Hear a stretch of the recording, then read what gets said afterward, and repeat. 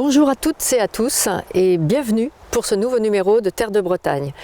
Cette fois-ci, je vous ai donné rendez-vous ici à la Trinité-sur-Mer, une ville qui porte bien son nom, tournée vers la mer, mais aussi une ville agréable à vivre, agréable pour ces jolies balades que l'on peut faire dans sa vieille ville, ses ruelles, ça je vous conseille. Et puis il y a une ville qui bouge, une ville vivante, dans laquelle nous allons aller à la rencontre tout d'abord d'Anna et son atelier. Anna est revenue au pays après de longues années un petit peu partout.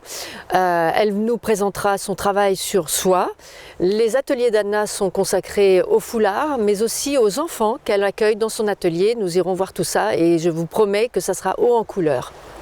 Et puis, nous avons eu la chance, en fin de saison estivale, de rencontrer Damien Philippe sur les Salines, qu'il a eu le courage de remettre en fonctionnement après plus de 50 ans d'arrêt.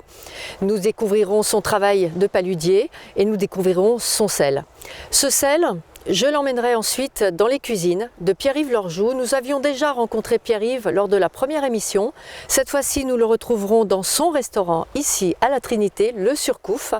Et nous expliquera un petit peu ce qu'il va faire de ce sel et nous donnera quelques conseils de cuisine.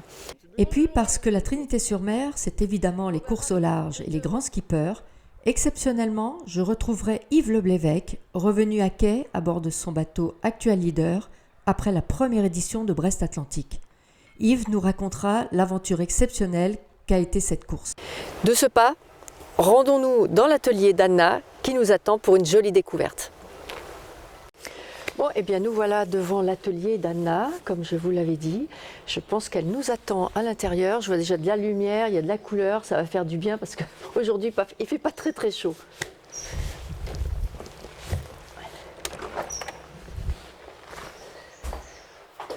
Bonjour Anna. Bonjour. Bon ben Anna, nous voilà posés tranquillement. On va pouvoir un petit peu discuter de cet atelier. Mais d'abord, moi, ce qui m'intéresse, c'est de connaître ton parcours. Parce que tu es d'ici, tu m'as dit que tu étais de la Trinité. Ouais. Donc ça a été ton choix de revenir ici à la Trinité? Exactement. Ouais. Oui, pour les études, je suis partie alors, pas trop loin. J'ai fait petit à petit, j'ai fait les Beaux-Arts à Lorient. J'ai fait une école de mode à Nantes ensuite. J'ai monté ma marque de foulard juste après, très rapidement, après avoir eu mon diplôme à Paris. Et puis après, j'ai eu envie de revenir à la Trinité assez rapidement. Qu'est-ce qui t'a fait avoir cette envie de revenir ici? Ça te manquait? Ouais, la mer? C'est ça, la mer, la famille, la mer et l'ambiance de la Trinité. Et... Ouais, c'est ça. Où j'ai bossé seule dans mon petit bureau chez moi à créer les foulards. Et donc ça m'a plu, ces 3 années c'était super. Et puis après j'ai eu envie de partager, de faire un lieu de création, de partage, de rencontres aussi. Ouais, c'est ça. Donc là, les gens qui ont appris à te connaître et qui connaissent ton atelier, ils peuvent venir te voir en fabrication de tes foulards ou non? On peut venir te voir travailler? Oui, bien sûr. De toute façon, en même temps, tout est ouvert. C'est la partie boutique créateur où on voit les petites choses. Donc il y a mes créations, mais il y a aussi les créations de copines créatrices du coin, des céramiques de Vannes, par exemple, là, Erika Rayo, par exemple, comme artiste de la Trinité aussi. Voilà, il y a différents... Oui, c'est un vrai partage, il y a vraiment le sens du partage. Exactement, mais j'avais envie de mettre en avant aussi les artistes et les créateurs du coin.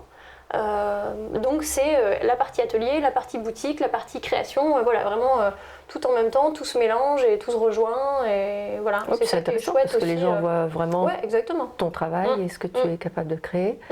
Et tu as ouvert cet atelier aussi aux enfants. Oui, surtout aux enfants. Ouais. Dans ton enfance ici, tu avais la possibilité d'accéder comme ça à des travaux de manuel? Oui. Ça existait? Oui, ça existait, ça n'existe plus aujourd'hui. Ma mère était prof d'art plastique tout juste à la retraite là, donc elle animait comme moi des ateliers d'art pour enfants et donc j'ai suivi ses cours et puis d'autres et c'est vrai qu'il n'y a plus ça actuellement à la Trinité et ça me tenait à cœur aussi de revenir à la Trinité pour pouvoir proposer aux jeunes parents ici des activités à l'année. Que tu avais pu connaître toi dans ton enfance. Exactement. Ça c'est chouette. Hein. Et donc les enfants, tu les as de quel âge à quel âge? Alors c'est dur de mettre un âge, je dis à partir de 3-4 ans, la condition entre guillemets c'est qu'ils aillent à l'école, qu'ils soient un minimum autonome, débrouillard. Après il n'y a pas de limite d'âge et j'essaye même des fois d'avoir des plus jeunes, des plus grands, voilà, et tout le monde se mélange un peu. Alors avec les enfants, qu'est-ce que tu fais en pratique avec eux? C'est très varié. Ça passe du dessin, peinture bien sûr, mais aussi sculpture, modelage, couture, voilà, c'est vraiment... Tu leur fais toucher un petit peu exactement, à tout. Ils découvrent un petit peu tout. Ouais, c'est ça. J'essaye d'écouter le plus possible, on va dire, les enfants ou les parents. En général, c'est assez libre. Après, il y a des enfants qui ont besoin d'être plus guidés, plus rassurés, etc. Mais ouais, quand je peux, au maximum, j'essaye d'écouter ce que les enfants ont envie de faire. Où est-ce que tu vas chercher ton inspiration? Partout. Je crois que j'ai pas... Ça va de ce que j'écoute, à ce que je regarde, à ce que je lis, à ce que je découvre. Il n'y a pas de... Voilà, c'est vraiment tout ce qui m'entoure. Voilà, c'est pas spécialement la Trinité, Non, la mer, non. ces choses-là. C'est vraiment, ça sort comme ça Ouais, de ton exactement. imagination en fonction de... C'est chouette. Hein. Oui, c'est ça, j'avais envie.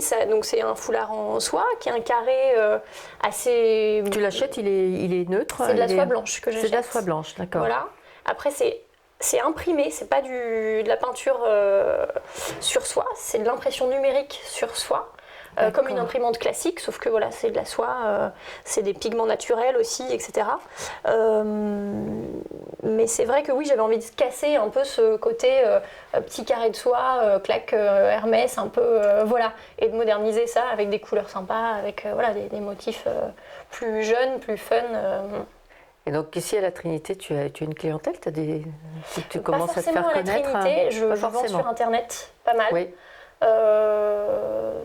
À la Trinité un peu, mais aussi à Paris, voilà, un peu partout. Partout. Mais ouais, sur Internet surtout. Bon, Anna, est-ce que tu as des rêves encore? Oui, j'ai des rêves, mais je crois que j'en ai réalisé quelques-uns. D'ouvrir l'atelier, c'était déjà pour moi un rêve. Et c'est vrai que c'est un boulot passion aussi, où le matin quand je me lève et j'ouvre l'atelier, j'accueille les enfants, pour moi c'est déjà un petit rêve. Et c'est vrai que quand j'ai ouvert l'atelier, je suis revenue à la Trinité après mes études. C'était un coup de tête, je ne savais pas forcément où j'allais, j'avais pas de business plan, etc. J'avais absolument rien calculé. Et comme quand j'ai commencé les foulards Nana, pareil, j'ai débuté un peu pour moi d'abord. Ouais. Et puis rapidement, je me suis rendu compte que ça me plaisait, que je réussissais à en vivre et que ça plaisait aussi, c'est ça, aux enfants, aux parents, que ça... Et voilà, donc déjà ça, c'est déjà un rêve réalisé. Ouais, exactement, c'est ça. Des rêves, oui, après des rêves pour moi, plus perso, de voyager, de naviguer, voilà. Mais des rêves de boulot et de ce que je vis actuellement, je crois que je suis pas mal. Heureuse, c'est bien. Ouais, c'est ça. C'est ce qu'il faut. Ouais. 4 couleurs. Ouais, mais sauf que on a 4 couleurs.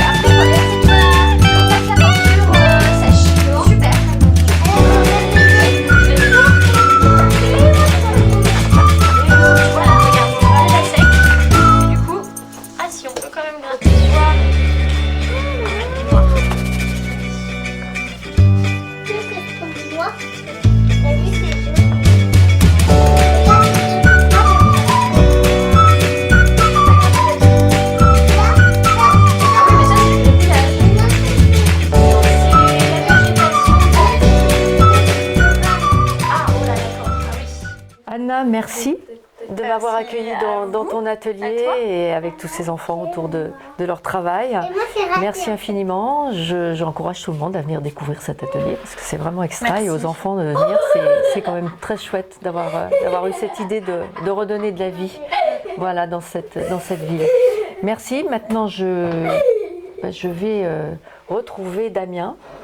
Nous l'avons filmé le jour de sa dernière récolte de sel. Donc on va le retrouver dans les salines. Et je pense que là encore, ça va être un moment assez sympa. Et tu le connais en plus. Oui, C'est quelqu'un que tu connais bien. Ouais. Donc on va le découvrir Ça marche. dans son travail de paludier. Génial. Merci Eh ben, et à très profitez bien. bientôt. Merci d'être venu à l'atelier. Merci. Au revoir. Au revoir Nathalie. Bonjour Damien. Bonjour. Alors, nous voici sur ces salines de la Trinité. Voilà. Alors ces salines, elles ont une sacrée histoire parce que j'ai cru comprendre qu'il y a 2 siècles, elles étaient à leur apogée. Et puis qu'il y a une 50aine d'années, il n'y avait plus rien. Et toi, tu es venu remettre tout ça en vie. Comment ça s'est passé? Eh ben, ça a commencé, déjà l'idée, elle a germé à partir de 2006-2007. Où moi j'avais envie de remettre les salines en état à l'époque, sauf qu'on est sur le territoire du conseil départemental. Donc du coup il a fallu faire une demande au conseil départemental pour qu'ils acceptent de remettre la saline au goût du jour ici. Et ça a mis 3-4 ans avant qu'ils donnent l'autorisation. Et pendant ces 3-4 années-là, moi j'ai continué à apprendre le métier à Guérande. Je suis parti à Guérande pour revenir ici. Et à partir de 2010, j'ai commencé à bosser dans la saline là où on est là. Et j'ai mis 2 ans pour la retaper complètement. J'ai fait une première partie la première année, une deuxième partie en 2011 et 2012. C'est là où j'ai fait la remise en état en fait des marais salants. Oui, parce que quand tu es arrivé ici, ça ressemblait à quoi?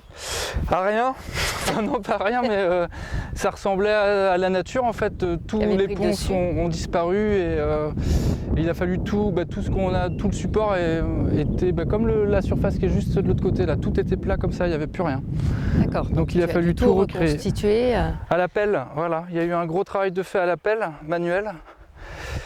Et voilà, du coup après j'ai eu ma première récolte en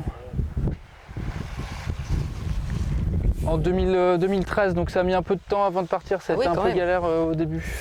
Ouais.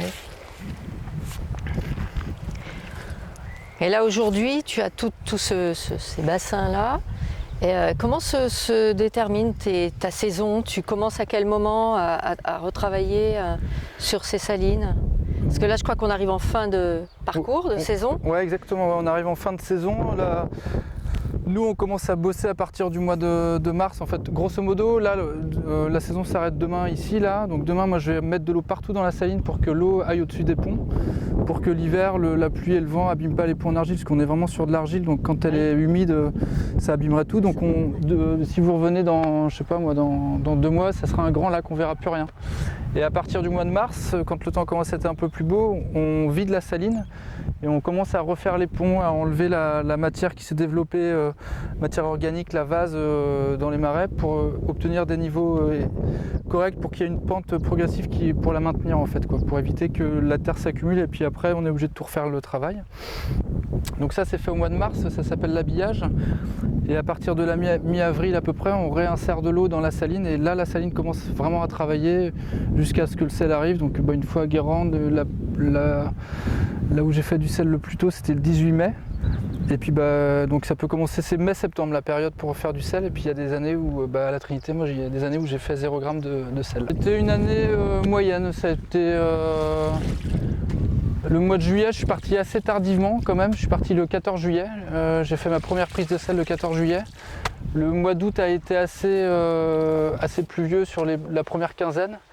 Et puis là, il fait sec depuis, ça va faire 15 bons jours, mais bon, mine de rien, au mois de septembre, les jours sont quand même beaucoup plus courts qu'au mois de juin. Et oui. Donc l'évaporation n'est plus du tout la même, malgré le beau temps qu'on a en ce moment. Mais oui, parce que le secret, c'est le soleil, évidemment. Soleil et vent. Et vent. Voilà, quand vous avez et puis ça dépend de l'orientation du vent. Quand vous avez du vent du vent d'ouest qui est océanique, il est plus doux, donc il y a moins d'évaporation qu'un vent d'est qui est continental, qui arrive, qui a traversé la Terre et qui vient ici, sur les marais, où là l'évaporation est beaucoup plus forte en fait. Et, là en ce moment on a plein de vent d'est et il y a du sel, quoi. Il y a de la fleur de sel. Donc il faut en profiter parce que moi c'est ce que je vends le plus, c'est fleurs de sel et puis du gros sel aussi. Là je commence à vendre ma production et le but c'est d'en vivre. Hein. Je suis pas subventionné pour travailler, je vis de ma production. Donc le but c'est de vraiment valoriser le terroir et le sel trinitain. Voilà. Après le sel il se vend très bien dans un périmètre autour de la Trinité. Et puis après Guérande nationalement ils prennent le pas tout de suite. Quoi. Dès qu'on part de la région, moi le but c'est de faire du circuit court et puis d'être dans un... Je vais pas aller exporter mon sel au Japon, quoi. De toute façon, j'en aurais pas assez. Puis c'est pas le but. C'est pas le but du tout. Le but, c'est que les gens d'ici prennent ce sel. Après, moi, j'ai pas. Voilà, ça s'arrête là. Comment les habitants justement de la Trinité ont vu cette renaissance des salines? Il y a eu de tout. Il y avait un monsieur qui m'avait dit, de toute façon, tant que je serai vivant, tu feras jamais de sel. Ah, carrément. Et puis l'année où il est mort, j'en ai fait. Alors je sais pas s'il n'aurait pas dû le dire ou je sais pas. Mais puis il y a des gens qui étaient ravis, quoi. Il y a des gens qui étaient même émus de voir ça. Après, les gens de la terre, ils parlent pas beaucoup, donc je les voyais passer tous les jours, quoi. Moi, je trimais l'hiver et ils venaient regarder, surveiller comment je bossais, voir si tu t'en sortais. Ouais. Et au début, les gens se demandaient un peu ce que je faisais là, quand même, quoi. Avec ma pelle, faut imaginer l'espace tout plat là. Puis j'ai commencé là, dans l'angle là, et puis quand on voit ce qu'il y a de fait maintenant, forcément, les gens avaient du mal à se projeter, quoi. Parce que la saline était abandonnée en 1960, donc ça veut dire qu'il y a des gens, il y a des Trinitains qui ont connu la saline. Voilà, c'est ce que j'allais dire, il y en a qui ont certainement connu. Qui sont toujours vivants et qui ont connu ça. Alors il y a des gens qui n'étaient pas contents, et puis dans ces cas-là, il vaut mieux se taire, on bosse, et puis une fois qu'il y a du sel, les gens ne disent plus rien.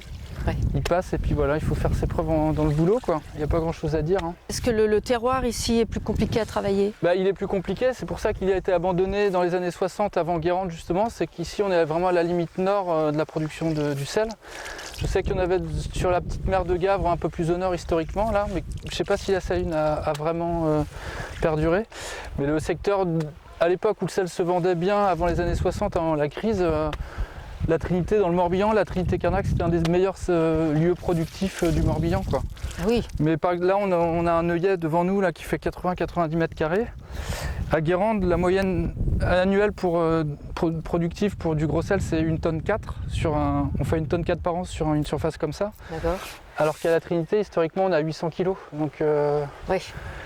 Avant de venir ici, nous on avait regardé les relevés pluviométriques depuis 1930 et on a fait un comparatif entre Guérande et la Trinité sur les périodes productives, et on avait vu grosso modo qu'une saison moyenne à Guérande, on faisait pas de sel à la Trinité quasiment, quoi. Oui. Et là cette année à Guérande, ils sont sur une année moyenne bonne, et moi je suis sur une année moyenne, quoi. Ouais. Là je suis venu à ce métier-là parce que j'avais vu un article dans un quotidien qui parlait d'une remise en état à Saint-Armel. À l'époque, le garçon avait mon âge, il devait avoir 30-40 ans. Du coup, moi j'ai vu l'article dans l'Ouest, dans le quotidien, et du coup j'ai été direct le voir. Il y a 15 ans de ça, je savais même pas qu'on faisait du sel de cette façon-là, quoi. Et du coup j'ai été le voir avec cet article-là, et j'ai vu le métier, je me suis dit, j'ai enfin trouvé ce que je voulais faire. J'avais l'impression que c'était un métier sur mesure, quoi. C'est assez étonnant, hein. Ça regroupait tout, la proximité à la mer, le côté un peu dur lié à la nature, et puis la nature. Puis je travaille sur un produit qui n'est pas périssable, donc ça c'est confort. Je travaille pas sur du fromage, du mouton ou de la viande. Je travaille sur un produit qui se conserve et qui était un conservateur avant, donc du coup ça c'est assez extra. C'est ultra confort, quoi. Trouver son travail dans une passion et faire renaître, je trouve que c'est assez génial de faire renaître. Parce que c'est quand même c'est tout tomber dans l'oubli, c'est quand même chouette de voir renaître quelque chose qui a eu quand même ses heures de gloire. Ouais, puis dans beaucoup d'activités agricoles, il y a beaucoup d'autres activités agricoles qui pourraient renaître dans le Morbihan, qui ont existé, la fumaison du poisson, tout ça. Ça revient un petit peu quand même. Ça revient tranquillement, mais sur le territoire trinitain, après on va à Cracauret, mais il y a tellement de choses à faire dans l'agriculture et dans la mise en valeur des produits. C'est pour bien manger, hein. Le but c'est de savoir ce qu'on mange, de savoir d'où ça vient et de bien manger, quoi. Et de manger sainement et de savoir d'éviter de trop manger. Je pense que petit à petit les gens commencent à revenir à ça aussi, à des choses plus plus vrai, plus naturel, plus proche de ce qui est local et dont on sait d'où ça vient, qui le fait. C'est quand même assez intéressant de rentrer dans ce système-là qui met quand même en valeur les produits du terroir. Ouais, non, c'est sûr, mais il y a du boulot. Je pense que ça touche une partie de la population qu'on est persuadé. Et puis après, il y a les médias qui vous font... il suffit de regarder les pubs à la télé, hein, sur les chaînes de télévision. Il y a un peu de promotion des produits locaux, mais bon, il n'y a pas que du local, quoi. Et voilà, moi, les gens, ils vont sur le marché à la Trinité. Le soir, ils peuvent venir me voir ramasser de la fleur. Et puis, ce qu'ils mangent, c'est celle-là. Hein. Moi, je vais pas importer de la fleur. Je vais pas acheter de la fleur à Guérande, je vais pas acheter de la fleur ailleurs. Puis il n'y a aucun traitement? Non. Ah non, c'est du produit naturel. C'est la nature qui fait tout le travail. Voilà, il y a juste un peu de nettoyage manuel pour enlever les impuretés. Et autrement, non, il n'y a aucun traitement, c'est le produit. Vous avez le même produit dans votre assiette. Alors ce sel, gros sel, fleur de sel, qu'est-ce qui attire le plus le client? Ça dépend du client finalement. Il y a le particulier, lui ça sera fleur de sel, parce que justement la coopérative de Guérande, elle a quand même bien communiqué dessus dans les années 80-90, là où déjà ils ont créé le nom fleur de sel avant. À Guérande, historiquement, ils l'appelaient le sel blanc. Et ils ont mis un nom un peu plus poétique pour que ça soit plus vendeur, et du coup les gens maintenant, tout le monde connaît la fleur de sel, quoi. Et du coup le particulier, il aime bien la fleur de sel. Moi je la vends dans des sachets ou dans des petits pots en verre. Et puis après de la fleur aromatisée, genre avec du piment d'Espelette ou avec des algues. Oui, tu as fait aussi une diversité, tu as diversifié tes produits à travers cette... Pour le mettre en valeur, ouais forcément, et pour le vendre et pour en vivre aussi, parce que je pourrais vendre que du gros sel et de la fleur de sel. Mais les gens aiment bien la fleur de sel aromatisée. Et nous à la maison on en prend, on aime bien sur un steak ou des petites pommes de terre mettre de la fleur de sel au piment d'Espelette. C'est un petit plaisir. J'allais te dire, évidemment tu utilises ton propre sel, j'imagine. Ah ouais, même si on fait attention avec les enfants qui salent pas trop, parce que il faut pas saler trop. Et le problème du sel, c'est que là tout le monde communique autour du sel en disant que tout est trop salé, mais c'est en fait le problème du sel, c'est le sel qu'on ingère, c'est le sel caché qu'il y a dans tous les produits industriels. Voilà, et c'est eux qui communiquent en disant qu'ils ont moins de sel que n'importe qui, alors que c'est eux qui en mettent le plus. Donc c'est ça qui est formidable.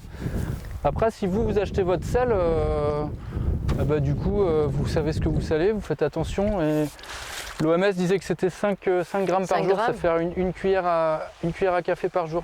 Tout à fait. C'est néfaste pour tout, pour la profession et même pour les consommateurs, je trouve. Donc toi, la fleur de sel, tes recettes préférées, c'est de la manger comment, cette fleur de sel? Tu disais donc avec...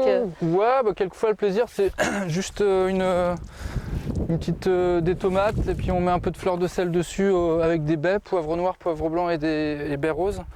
Bon, juste comme ça, tout simplement, il n'y a pas besoin de rajouter ça. Tout simple. Même sur des avocats, on a créé une recette, la fleur de sel des ours. Alors du coup, c'est avec de l'ail des ours, du poivre du timut et du piment d'Espelette. Vous mettez ça juste sur une petite des tranches d'avocat comme ça, et c'est super bon. Alors cette année, sur la totalité de la saison, tu auras récolté combien de kilos au total? En fleur de sel et en... En fleur de sel, j'ai pas fait le... Moi, c'est pas énorme hein, par rapport à mon passé guérandais. Ça ferait rire les guérandais de savoir combien je récolte en une saison, mais je dois être à 700 kg. Je pense à peu près. L'année dernière, j'avais fait 1,4 tonne. Et je sais qu'à Guérande, les gens sur des...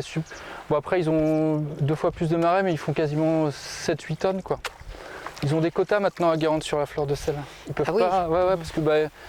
forcément, c'est ce qui rentabilise beaucoup votre entreprise, donc du coup, tout le monde se bat pour ramasser au maximum de la fleur de sel. Oui, forcément. Et du coup, quand il y en a trop, moi j'en aurais jamais assez, ça c'est sûr.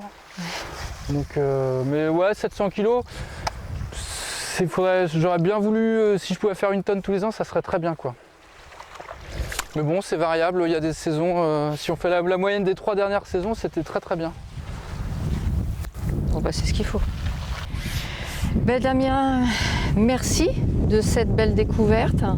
Merci de nous avoir présenté ton travail, ta passion, parce que je pense que c'est un métier passion avant tout. Et puis bonne chance pour pour la suite. Eh ben merci, Prochaine saison. En tout cas, c'était chouette d'être là pour cette dernière avec toi, avec ce temps, ce coucher de soleil, c'est absolument magnifique. Et j'ai appris plein de choses, donc merci. Merci de m'avoir permis de vivre ces instants-là et puis d'avoir approché de plus près ce qu'était le métier et la passion d'un paludier. Non, je suis ravi de vous faire découvrir le milieu avec un temps comme ça, et c'est bien. Tant mieux si ça vous a plu. C'est bien, c'est parfait. Bon, en tout cas, ravi d'avoir fait cette découverte. Okay. Et puis maintenant, il ne me reste plus qu'à goûter ce sel et je pense qu'avec Pierre-Yves Lorjou, on va réussir à faire de jolies découvertes en cuisine et puis on pensera à toi. Relever les saveurs, mettre un peu de sel dans la vie. Voilà, on va penser à toi en cuisinant ton sel. Merci infiniment. De rien, à bientôt. À très bientôt. Au revoir. Au revoir.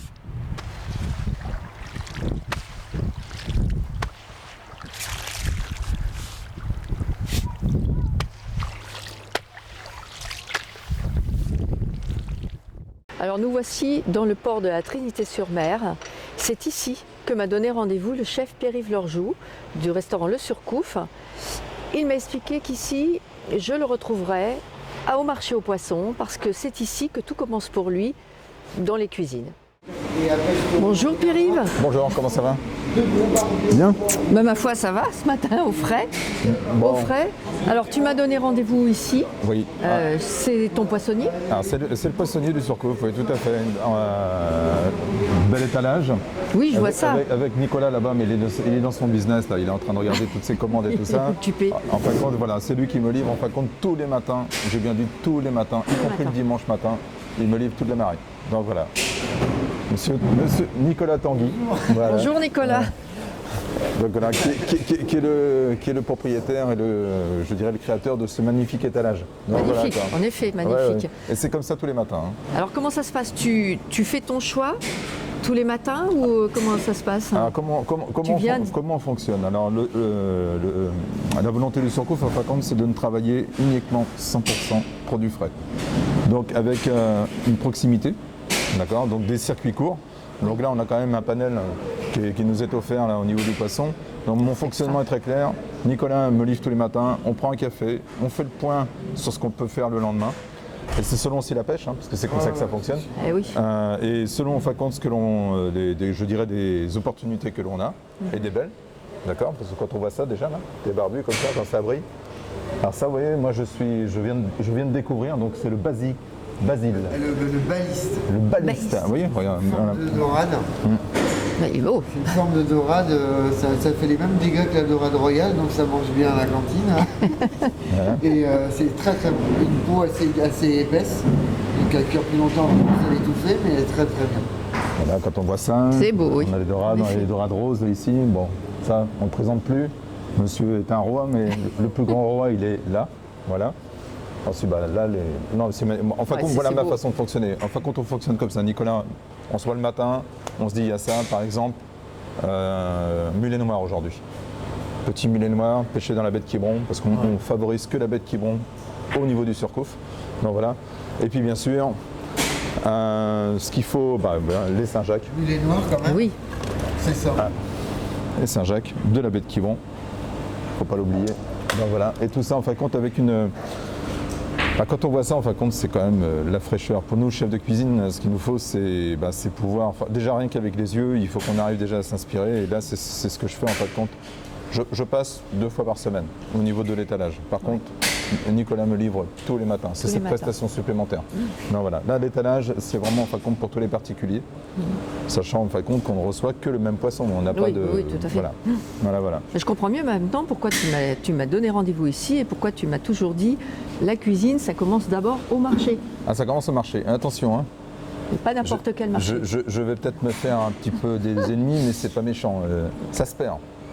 Eh oui. Ça se perd. La tradition se perd. Un chef de cuisine aujourd'hui achète maintenant par ordinateur. Et ça me gêne un peu. C'est quand même autre chose que de venir voir. Quand je vois ça, avec l'échange, parce que c'est aussi important. Oui, c'est un échange aussi avec Si je vois pas Nicolas et tout, je lui dis, moi je vais passer. Je sais ce qui va me faire plaisir, mais lui, il a forcément des choses de cacher. Enfin, cacher. C'est dans les frigos, je sais enfin quand. Mais la communication fait en C'est ça. sorte qu'on évolue déjà sur plein de choses. Regardez ça. L'échange Ouais, c'est nous ça, permet d'évoluer intéressant. énormément. Ah, c'est magnifique, elles sont encore vivantes. Ça, c'est le bouquet. Ça, C'est le vrai, ça. Vivant, hein. ça, c'est breton, ça. Ça, c'est super. Ça, c'est breton. Ça saute, alors là. Elles alors, sautent ça, encore dans le... Voilà. C'est magnifique. Ça, c'est. Ça, c'est beau. Oh là, oui, elles sont bien vivantes. Effectivement. Après, c'est ce que je dis, quoi. Le métier de chef de cuisine, en fin de compte, attention, la nouvelle génération est magnifique. C'est vrai que tant qu'on aura ça, je pense que c'est un métier qui continuera à évoluer. Moi, je sais qu'au niveau de la table du surcouf, par contre, ce que je veux, c'est fraîcheur à 100%. Alors aujourd'hui, tu as prévu, moi je t'amène comme prévu les selles C'est ça. de Damien. Donc tu m'as dit les selles, fantastique, on va faire poisson. On va faire poisson. Nicolas va venir en cuisine nous rejoindre donc tout à l'heure. Il va nous ramener de la Saint-Jacques. Parce Wow. qu'on est en pleine saison de la Saint-Jacques, Oui, donc tout à fait. automatiquement, on va travailler de la Saint-Jacques. On va travailler de la barbu aussi, parce que voilà. Et puis, je vais en fin de compte improviser, parce que je n'ai jamais travaillé le baliste. Ah Donc, oui, ce fameux poisson qu'on vient de je vais travailler découvrir. un baliste. Je veux voir en fin de compte comment je peux le transformer pour montrer en fin de compte que la cuisine aussi, quelquefois, ça doit être spontané. On voit un produit, boum, on se dit voilà, c'est comme ça que je vais le transformer. D'accord. Donc voilà. Ok, fantastique. On fait ça tout à l'heure en cuisine. Mais là, c'est quand même tellement beau à regarder quand c'est frais comme ça, ça donne envie. Ça donne envie de venir, ça donne surtout. C'est aussi le patrimoine breton. Oui, C'est quand même la pêche, c'est beau quand même le patrimoine. patrimoine breton. Quand on Ouais. voit ça là, on se dit bon voilà. On a tout. On a tout. on a tout. Bon alors chef, comme prévu, je suis arrivée avec mes 3 sels de chez Damien Philippe. D'accord. Donc on a le sel, la fleur de sel au piment d'Espelette, le nature, et puis le sel des ours. Une petite explication sur celle des ours. Ouais, Il me semble que c'est l'ail des ours. On est bien d'accord? l'ail des ours. D'accord, ok. Donc c'est très sympathique. Ok. Donc maintenant, il reste à savoir ce qu'on peut faire avec ces sels pour les marier au mieux avec les produits de la mer, puisque vous avez choisi de nous présenter les produits de la mer qu'on est allé chercher avec vous ce matin. Voilà, chez Nicolas. Chez Donc, Nicolas. Tanguy, donc Voilà. on a crié. Donc voilà. Donc c'est bien toi qui m'as amené ça. Oui. Et elles sont bien vivantes, comme Voilà. on les a vues ce matin. Voilà. Donc Elles là, sont en fin de compte, encore vivantes. elles sont bien encore vivantes, elles vont vivantes. sauter. Regardez. Hop, voilà. voilà. C'est normal. Alors ça, c'est le véritable bouquet breton. D'accord. Alors ça, moi, Ça a de la vie. quand j'étais môme, on mangeait ça. Les anciens, parce que maintenant ce sont devenus des anciens, cuisaient ça d'une façon un peu spéciale. On va le faire. Et on va y associer en fin de compte ce sel-là. D'accord. Donc on va faire ça à la fleur de sel au piment d'Espelette. Alors bien sûr, le piment d'Espelette, dans les années 40 ans en arrière, Ça n'existe pas. c'était pas du tout connu ici. Hein. Par contre, la fleur de sel, oui. Ah oui, La fleur de sel, oui, ça a toujours été, c'est quand même très très très régional. Ensuite, ce que l'on va faire, on va se faire un petit plaisir. un petit plaisir. On va se faire des noix de Saint-Jacques, de la baie de Quiberon, sur lesquelles en fin de compte on va y associer cette petite fleur de sel donc à l'ail des ours. Donc l'ail des ours, c'est surtout ce qui nous intéresse. Nous, les cuisiniers, ce qui nous intéresse, c'est la fane. Elle est très très riche en goût, elle est pleine de saveurs et tout ça. Donc là, j'ai hâte de découvrir. Parce que là, c'est ça une va être une découverte. découverte aussi. C'est une découverte. Et puis on va cuisiner ce monsieur. Ouais. Tu peux nous en parler? Un baliste. Un baliste. On a découvert ce La matin. famille des dorades. On en retrouve, c'est pas très courant. On en trouve un peu dans nos eaux en Bretagne, sur tout le pourtour de la Bretagne. On pourrait croire que c'est un poisson de Méditerranée, mais non. Ah non, c'est même Oui, c'est carrément un vrai. poisson tropical, parce que quand je le vois quand même. Oui, quand même, c'est il a vrai une qu'il allure de voilà, poisson tropical. Il lui Ouais. manque plus que des petites Quelques traits couleurs. jaunes et tout ça, puis on dirait Nemo. Oui, Oui. c'est vrai. Les mots en gris. c'est ça, c'est ça. Voilà. Bon alors, moi je vais démarrer ça. En attendant, ce que je vais demander à Nicolas, c'est d'aller me lever le poisson. Ça t'embête pas? Tu Tiens. crois que je vais pouvoir ça? Oh, je pense, mais attends, je vais te donner celui-ci. Les autres, je vais en avoir besoin. Toi, tu vas préparer donc un soufflé en dessert, donc à la fleur de sel. Ça, c'est étonnant. Voilà. Et là, donc, on va cuire les bouquets, Martin. Tu vas me plonger les bouquets dès que l'eau bout. En fin de compte, tu vas me les plonger dans l'eau bouillante. D'accord? Voilà. Ok? Allez, moi, je vais préparer, par contre, ça. Donc, ça, je vais l'ouvrir. Et comme tout. Quand elle est tachée comme ça, ouais. C'est comme ça. Voilà. Comme ça, je pourrais refermer après. Ah, ça sent bon. Hein. Ça sent bien le piment. Ça sent l'ail. Ouais. Et ça là, tu connais? C'est piment d'Espelette. Moi, je pense que c'est un garçon qui doit être intéressant à connaître. Ah, mais la rencontre a été exceptionnelle et le voir travailler, c'était vraiment exceptionnel. D'accord. Alors, ok, on va prendre le laurier. Elle se sauve. Dans l'eau bouillante. Eau bouillante, surtout non salée. Avant, on ne salait pas les crevettes au départ. Faut le savoir. On est quand même sur on va le goûter tout à l'heure, on est quand même sur une authenticité de chair. Ça n'a rien à voir avec les crevettes qui viennent par avion. Donc c'est vraiment du local. Ouais. Donc, voilà. Et tout ça là pour l'instant, fraîche comme ça. on la voit comme ça là. Ouais. Oups, Voilà. Ah, c'est joli quoi. c'est magnifique. Voilà. Tu fais attention parce qu'avant Si elle veut bien y aller, oui.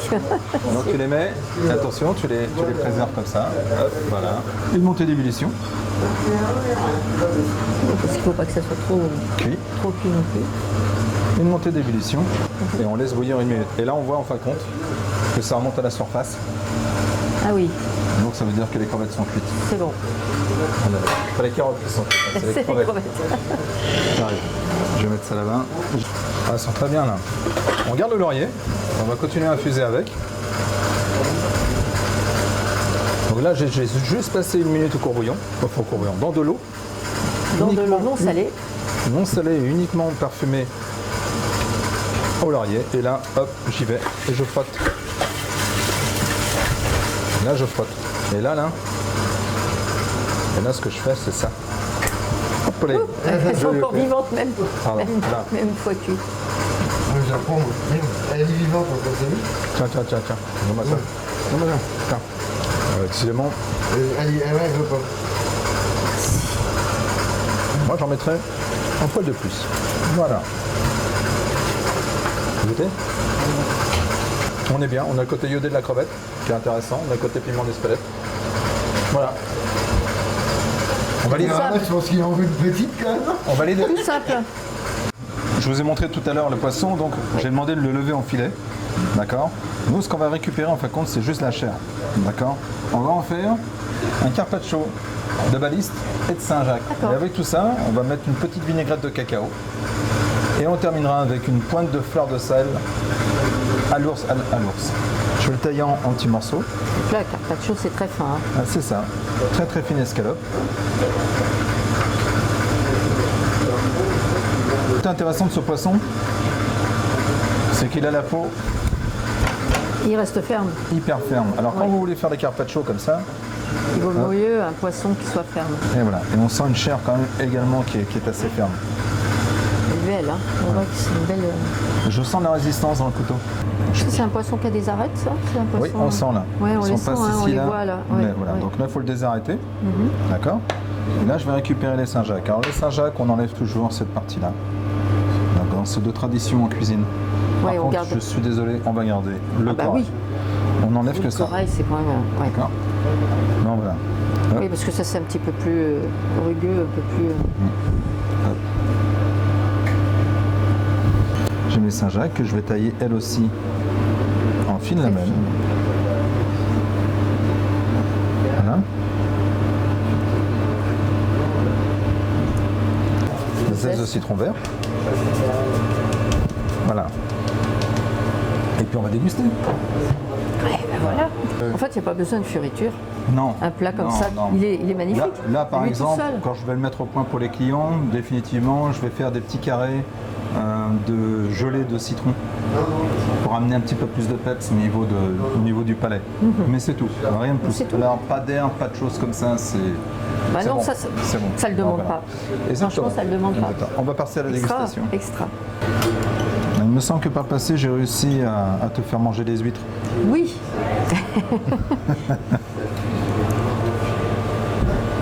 Bon, j'ai un petit fait pour les noix de Saint-Jacques, hein, donc j'avoue que. C'est normal.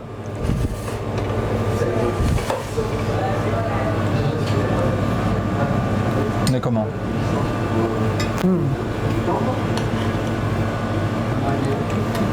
C'est vrai que la fleur de sel, elle amène ce petit croustillant, ce petit peps. Ça, elle relève le cacao. Tout à C'est fait. très bien ça. Très très très Ah, c'est intéressant. excellent. Un soufflé Grand Marnier à base d'orange et fleur de sel. Donc, la fleur de sel, alors, on va juste rajouter sur le dessus en fait, du soufflé juste avant de le cuire qui va permettre de relever en fait, le goût de l'orange en fait. Donc pour ça en fait on a besoin en fait c'est comme une crème pâtissière légèrement plus détendue. On va la détendre en fait en la fouettant. On va faire une crème pâtissière classique qu'on va fouetter pour l'aérer. Donc, voilà. Et ici on aura des blancs montés avec du sucre. Donc, c'est-à-dire une meringue française, ce qu'on appelle. Est-ce que tu peux développer un peu la oui. crème pâtissière pour les gens? C'est important. Ouais. Voilà. Alors, en fait là une crème pâtissière, donc là on est sur des jaunes, des sucres qu'on a blanchis. Ensuite on a ajouté du lait chaud et qu'on a cuit avec de la farine. Voilà. Et un peu de maïzena. Et à la fin des zestes d'orange et du Grand Marnier. Juste à la fin pour éviter que l'alcool s'évapore. Ok. Et à côté donc on a notre meringue Ça, c'est la française, meringue. classique, Tout simple. comme ce qu'on peut faire à la maison, voilà. Donc des blancs montés avec du sucre. Soufflé, on va ajouter ça en 3 temps. Donc, on va d'abord rajouter une première partie avec notre crème pâtissière qu'on va mélanger énergiquement pour détendre l'appareil. Légère. Ensuite on va ajouter, Petit à petit en fait. voilà hein. c'est ça, on va D'accord. rajouter en 3 temps. Donc là, mon deuxième temps, donc là par contre là je viens faire un geste un peu plus circulaire et on ramène au milieu. Voilà. C'est pour vraiment, là on va éviter de casser les blancs. Cassé, ouais, qui Voilà. gardent quand même leur, C'est ça, la leur légèreté légèreté. du blanc. Donc il y a un tour de main. En même temps quand Ah oui, même, oui, je vois bien. ça. il tourne Voilà, je à tourne l'intérieur. et il À la tourne fois sans le que- bol et à la fois le. Ouais, D'accord. il y a un coup de main. C'est pour ça Donc, qu'on la base n'utilise pas le développée, fouet, on utilise. c'est ça, voilà. C'est juste les incorporer tranquillement. Et là donc, ce qu'on va faire, avant qu'il termine de mélanger les blancs, d'ailleurs on voit qu'il n'a pas tout à fait Oui, tous terminé. les blancs sont pas. On va rajouter un petit peu de fleur de sel. Voilà, on y va. Et on rajoutera de nouveau de la fleur de sel Sur le dessus. sur le dessus. Donc en cuisson, le sel n'aura pas le temps de fondre. Et il restera. Et il y aura toujours ce petit craquant. Ouais. Un petit peu, mais on va découvrir après. Ah oui, oui. Génial. Donc là, notre J'attends appareil de voir. terminé. Donc là, on va pouvoir prendre nos moules. Donc là, j'ai utilisé des moules qui sont spécialement conçus pour les soufflets. Donc assez épais Assez épais. et haut. Voilà. Donc j'ai déchemisé ce qu'on appelle, donc c'est-à-dire que j'ai mis du beurre fondu sur les pourtours de mon récipient et j'ai ajouté aussi du sucre. On chemise 2 fois le moule avec du beurre, du sucre, de nouveau du beurre et de nouveau du sucre. Ah, deux Alors, fois de suite. au moment où on va faire cette opération, merci. C'est pour ça qu'il est second avec moi. Ça aide. On va passer quand même au four, au Au froid. C'est ce que j'allais dire, parce Au que le froid. sucre, Comme là, ça si permet tu de veux remettre du figer. beurre par-dessus, il Voilà, faut quand même c'est qu'il ça. soit, Donc on comprenne bien. soit dur. Ouais. Donc ça va aider vraiment notre soufflet à monter en hauteur sans qu'il accroche. Sinon, si on ne fait pas cette opération-là, notre soufflet va coller sur les Il va bords coller. et va déborder en fait. Voilà. D'accord. Et là, on va le verser On tapote. jusqu'à hauteur en fait. Ah, jusqu'à hauteur, Jusqu'à hauteur, d'accord. ouais. Ce qu'on veut, ce qu'on recherche, Enfin, c'est juste le volume du dessus qui c'est va. ça. Voilà, ce qu'on recherche en D'accord. fait, c'est que notre soufflet va sortir en fait de son moule. Voilà. On va tapoter pour bien égaliser. Et là, juste à la fin, ce que l'on va faire, je fais notre four à 210 degrés pour que ça soit bien chaud, pour vraiment bien saisir notre. Oui, c'est Voilà. c'est pas une cuisson, on le saisit, pour On le saisit. on le laisse gonfler. C'est ça. D'accord. On va mettre au four. là on est parti pour 10 minutes de cuisson. 10-12 minutes environ en fonction Ah, des ça fours dépend. qu'on a. On est sur un four professionnel, donc ça mettre un plus à la température. Sur un four ménager, on peut compter 12 minutes environ. À chaleur tournante. Donc ça, le soufflé, c'est quelque chose qu'on est obligé de faire à la dernière minute. C'est ça. Ah oui, on n'a pas le choix. Pas le choix. On n'a pas le choix. Ça, c'est vraiment un vraiment grand le- classique de la cuisine française en Ouais. plus. Faut pas non, qu'il retombe, hein, donc. c'est les blancs, faut pas que ça retombe. Oui. Et là, c'est Bien dommage sûr. parce que bien souvent on ne s'aperçoit pas que les blancs retombent et on va quand même s'entêter à vouloir mélanger l'appareil. Et là, c'est mort. C'est fini. Ça, Ça ne manquera pas. foutu. Ah, voilà. Alors, on va le mettre au four. Vraiment fort. Magnifique. Donc voilà. Ah ben Donc voilà. après 12 minutes, Magnifique. 10-12 minutes de cuisson, donc là on a notre soufflet. Donc là vraiment, quand on il est sort du magnifique, four, il est bien, hein. Ah oui, il n'est pas retombé. C'est ça. Ça va être soufflé réussi. Voilà. Donc Parfait. il est bien sorti de son moule, comme on avait dit. Oui. Donc là vraiment, quand on sort du four, il faut vraiment le déguster tout de suite. Il va vraiment Il ne faut redescendre pas attendre qu'il a. assez D'accord. rapidement. Donc Bon, là, on y pour, va. je vais vous le découper. Ah. On va le couper en fait. Voilà, comme ça, sur le dessus. Sur ce chapeau, hop. Voilà. Donc là, on peut voir que là, l'intérieur est bien cuit. Donc là, on est mousseux. Tout en restant bien mou. Ouais. Voilà. On retrouve le fameux croquant C'est ça. promis par le chef.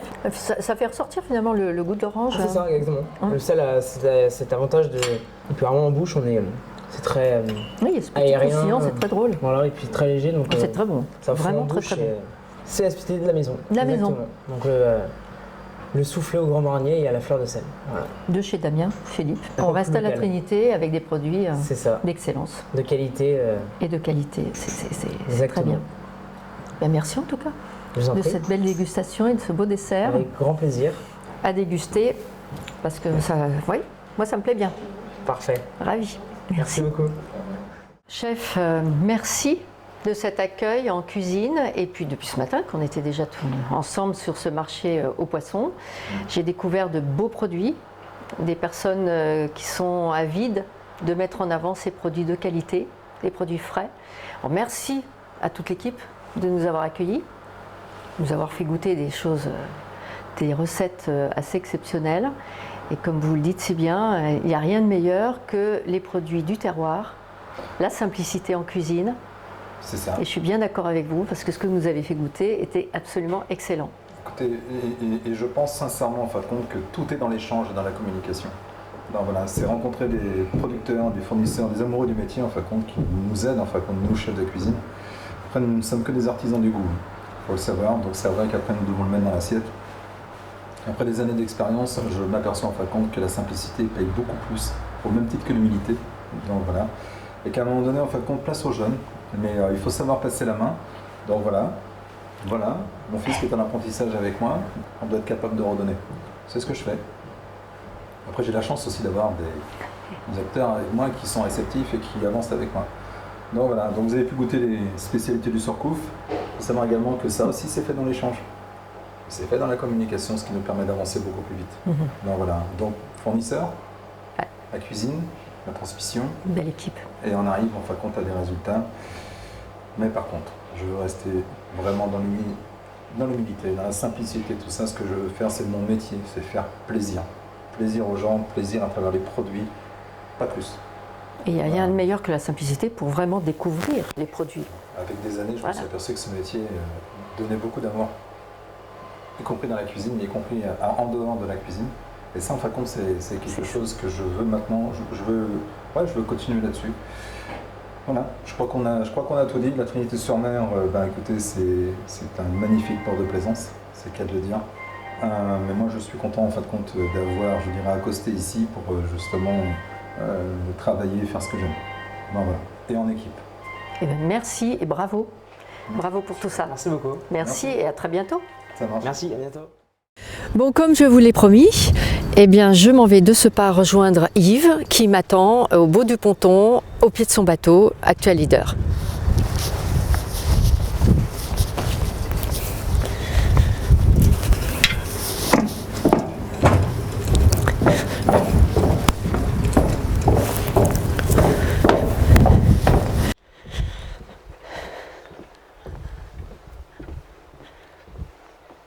Bonjour Yves. Bonjour.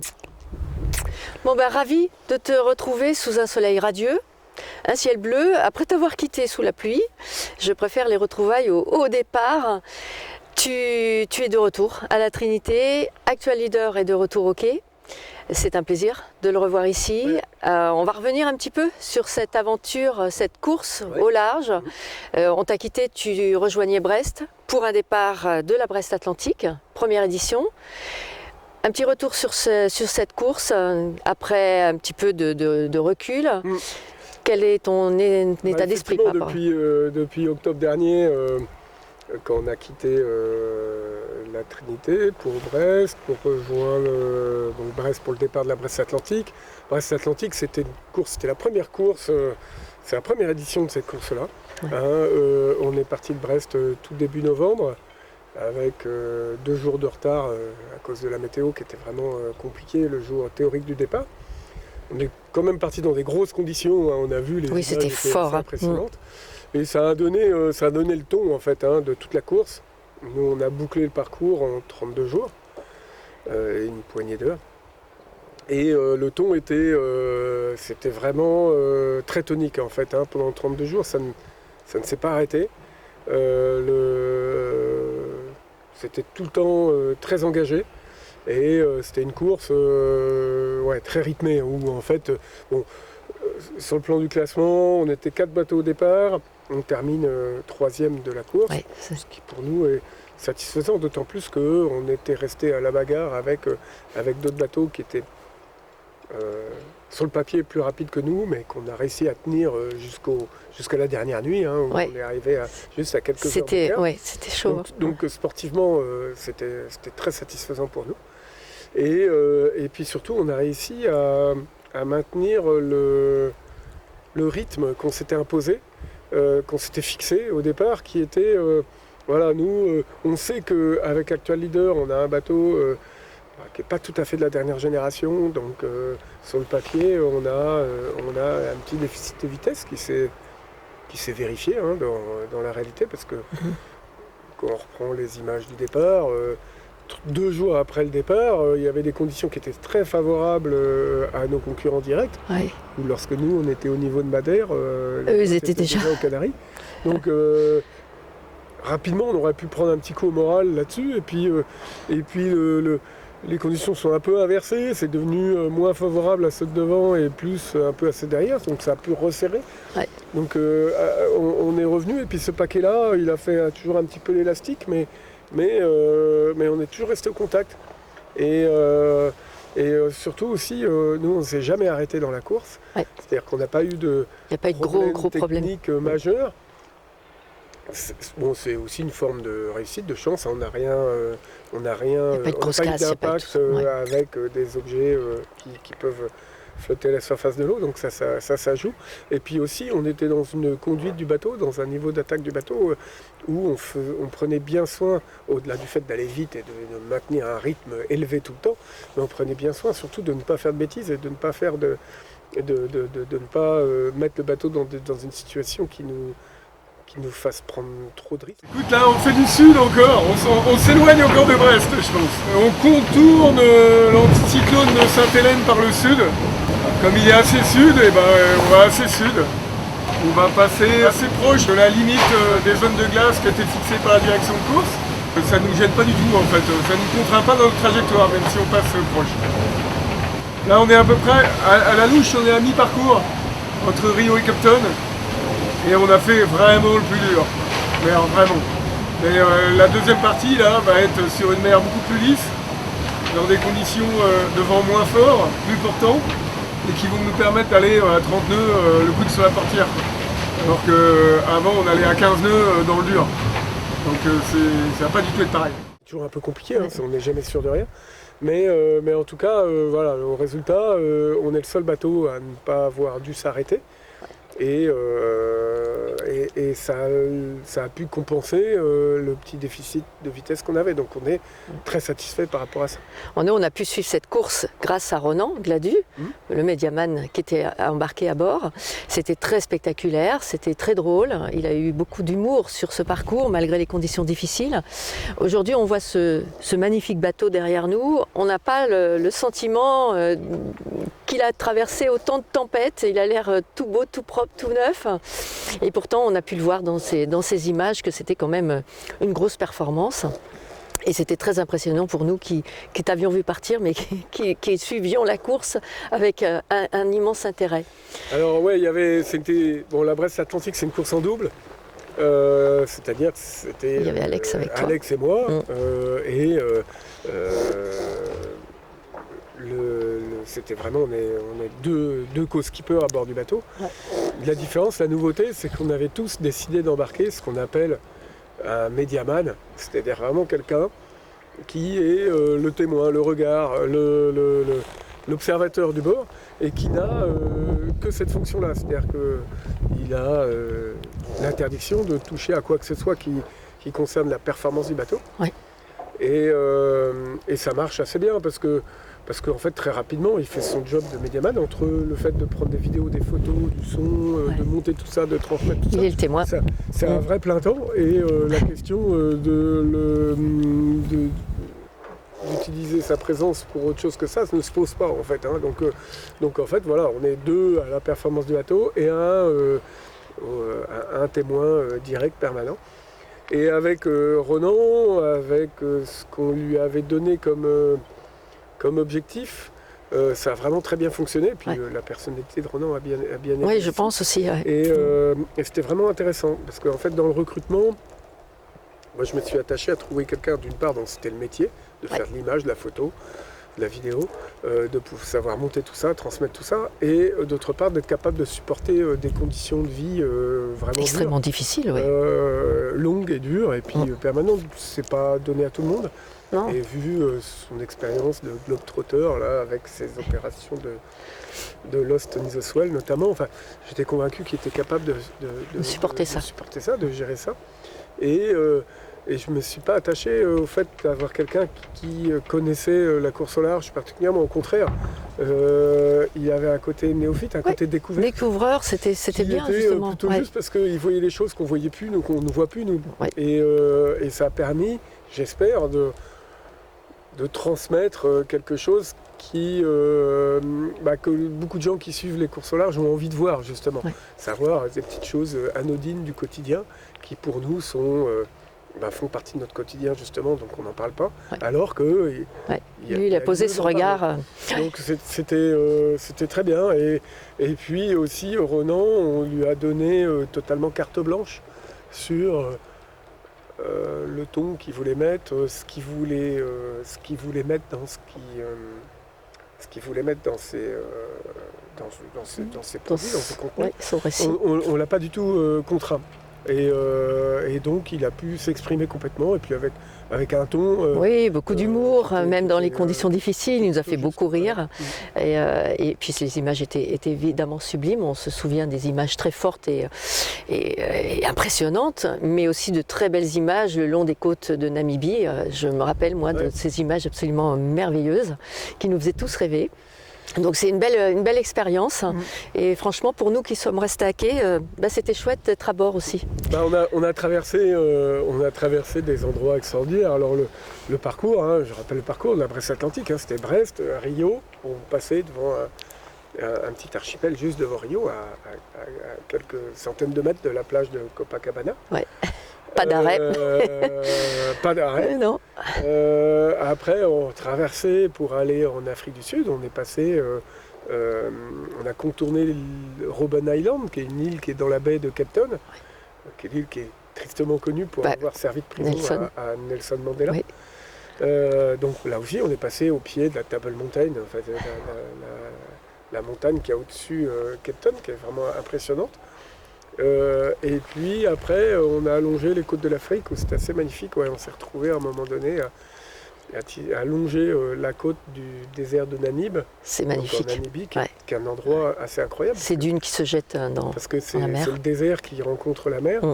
Et c'est des endroits où jamais personne ne va, que ce soit par la mer et par la terre. C'est des endroits c'était sublime, c'est vrai. D'ailleurs, on ne pouvait pas trop s'approcher parce que la cartographie était... assez peu précise en fait. Donc il fallait être méfiant. Ça n'a rien à voir avec les cartographies qu'on a ici où le moindre petit caillou est mentionné là, non? Là, il y a un trait de côte qui est assez large, donc il fallait rester attentif et surtout pas aller trop près. Mais c'était des moments assez impressionnants et puis qui sont étonnants. D'habitude en course au large, on est justement au large. Et on là, d'être près des côtes comme ça.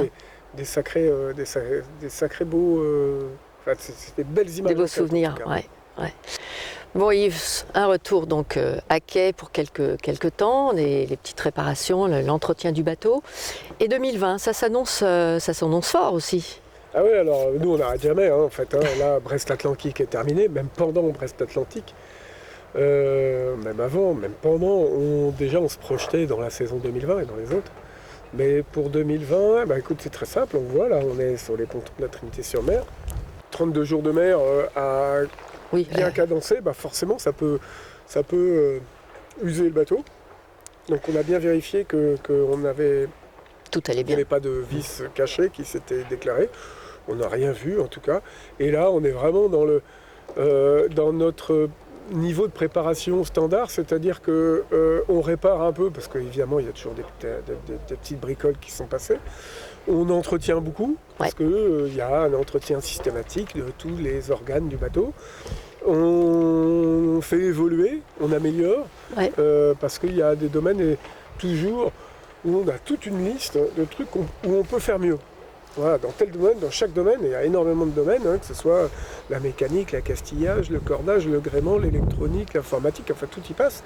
Il y a plein de trucs qu'on peut faire mieux. Une dizaine de personnes dans le team, c'est déjà très bien. Donc on choisit des domaines dont on s'empare et sur lesquels on travaille.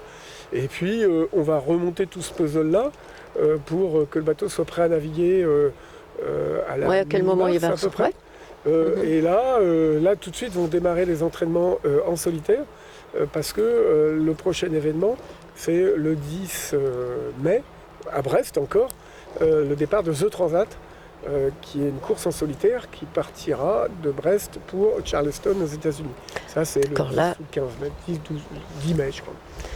Et donc ça va être l'entraînement. Donc voilà, là on repart sur un calendrier très serré parce que ça va aller très vite, les semaines vont s'enchaîner très très vite. Et c'est du solitaire, donc c'est encore une dimension supplémentaire si on veut du bateau. Et ça c'est notre premier jalon de la saison 2020. Alors The Transat, c'est la course, c'est la Transat par laquelle tout a commencé. Oui, la première édition de The Transat, c'était en 1960. C'est une course organisée par des Anglais où il y avait une dizaine de concurrents qui traversaient l'Atlantique. Mais la deuxième édition est très connue puisqu'elle était gagnée par Éric Tabarly. Sur Penduic 2, Penduic 2 qui a été construit ici, derrière la butte, derrière les... Oui, tout ça c'est la Trinité. Voilà, la boucle, elle revient. On est dans The Transat, c'est l'histoire de la course au large moderne. On est dans l'ADN. Voilà. Donc de participer à cette course-là, pour moi c'est vraiment important. Et c'est une course où on va se retrouver à naviguer aussi avec d'autres catégories. Il y aura des ultimes, il y aura 5 ou 6 ultimes au départ, et il y aura aussi des classes 40, il y aura des IMOCA pour qui ce sera une course en vue de la préparation de la route du Rhum. La route du Rhum, donc, pas de la route du Rhum, pardon, du Vendée Globe. Donc c'est une belle course. Une course importante. Et puis on va... Puis il y a le 12 juillet. Le 12 juillet ici, à la Trinité, où tu es directeur de course, il me semble. La Trinité Coves qui partira d'ici, qui est un événement important, mais à laquelle on ne participera pas avec Actual. Non. Toi, tu diriges cette course. À ce moment-là, je pense que c'est le moment où on ressortira le bateau de l'eau, parce que là, le bateau est à flot et on a besoin de le sortir de l'eau tout simplement pour nettoyage, faire la carène. Ouais. Et le bateau va renaviguer au mois de septembre pour probablement une campagne méditerranéenne, aller faire des épreuves en Méditerranée. Avant peut-être des programmes plus ambitieux qui ne sont pas encore tout à fait calés. Enfin, donc une année bien chargée en tout cas. Une année bien chargée. Ouais. De toute façon, les années sont toujours très... On est toujours... on remplit le programme sans difficulté. Oui. Alors moi j'aimerais bien qu'on revienne sur quelque chose dont je sais que ça te tient énormément à cœur. C'est notre première rencontre ici d'ailleurs, c'était lors de 50-50 Sail. Oui. Et donc j'aimerais qu'on en reparle de cette association parce que je sais que tu y tiens. Et donc c'était une belle occasion ici de faire connaissance avec toute cette équipe et les combats qui sont menés au sein de cette association. Donc j'aimerais bien que tu m'en parles. C'est à la fois important et assez naturel. Enfin, naturel, en tout cas, j'ai la chance aujourd'hui, en étant capitaine du bateau, en étant skipper du bateau, d'avoir un support assez visible, donc qui fait le job vis-à-vis d'Actual et leader. Et ça, c'est mon côté professionnel. Mais aussi, je leur ai proposé, puisqu'on a un support, est-ce qu'on peut porter est-ce qu'on peut profiter de ce support-là pour porter une cause, porter une idée de gens aider des gens qui donnent beaucoup d'énergie, qui mobilisent beaucoup d'énergie pour des causes importantes. Et en l'occurrence, j'ai rencontré les gens de Women Safe, qui sont en fait qui ont monté, c'est principalement en région parisienne, mais il y a des unités un peu partout en France. C'est un institut qui va prendre en charge les femmes qui sont victimes de violences, toutes les formes de violence. C'est-à-dire qu'on pense, il y a évidemment les violences physiques auxquelles on pense tout de suite, mais il y en a plein. Il y a morale aussi, il y a tout ça. Et qui, en prenant en charge les femmes victimes de violences, qui se retrouvent dans un état de dénuement terrible quand elles veulent se sortir, s'extraire des situations de violence dans lesquelles elles sont. Il faut qu'il y ait des organismes qui aident, qui leur tendent la main, qui les aident. La main parce que ça peut être très très très compliqué de se retrouver, de sortir de ce cercle infernal. Ce sont des mères de famille, donc il faut aussi pouvoir accompagner les enfants et puis proposer tout un tas d'activités pour que ces femmes puissent se reconstruire en dehors de leur contexte violent duquel elles veulent sortir, elles ont besoin de sortir. Et voilà, moi ça me paraît vraiment important qu'il y ait des gens qui se mobilisent là-dessus, parce que malheureusement ça existe beaucoup trop.